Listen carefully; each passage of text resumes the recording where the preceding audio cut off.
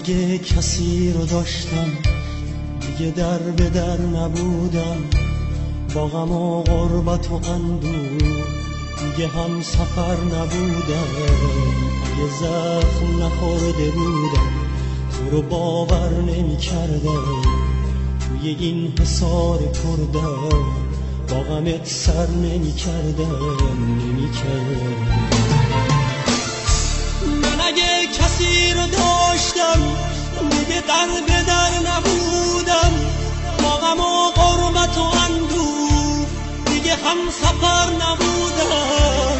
اگه زخم نخورده بودم تو رو باور نمی کردم، توی این حصار پردم با غمت سر نمی کردم.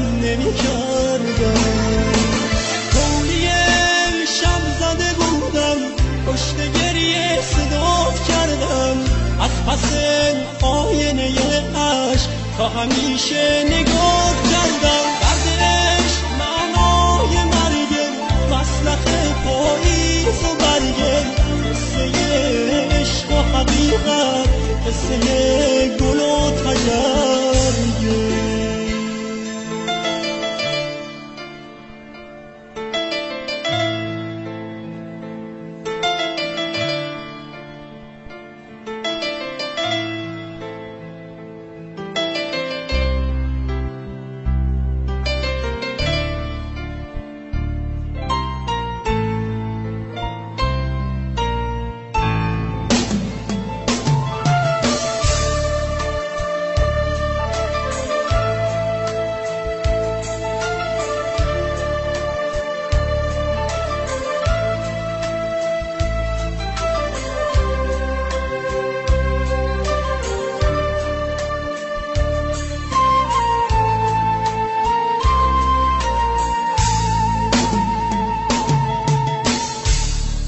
دردم درد تو بود، درد دور از من و ما بود، شکل تنهایی و غربت سرنوشت آدما بود.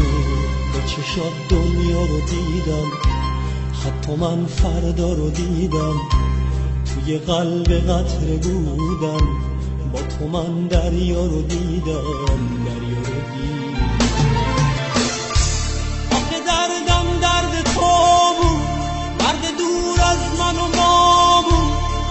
تنهایی و غربت سرنوشت آدما بود.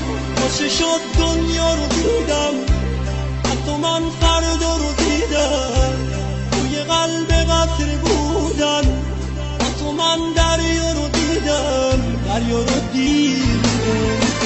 کولی شب زده بودم پشت گریه صدات کردم، از پس آینه عشق تا همیشه نگاه کردم. دردش معنای مرگه، مسلخ پاییز و برگه، قصه عشق و حقیقت، قصه گل و تگر.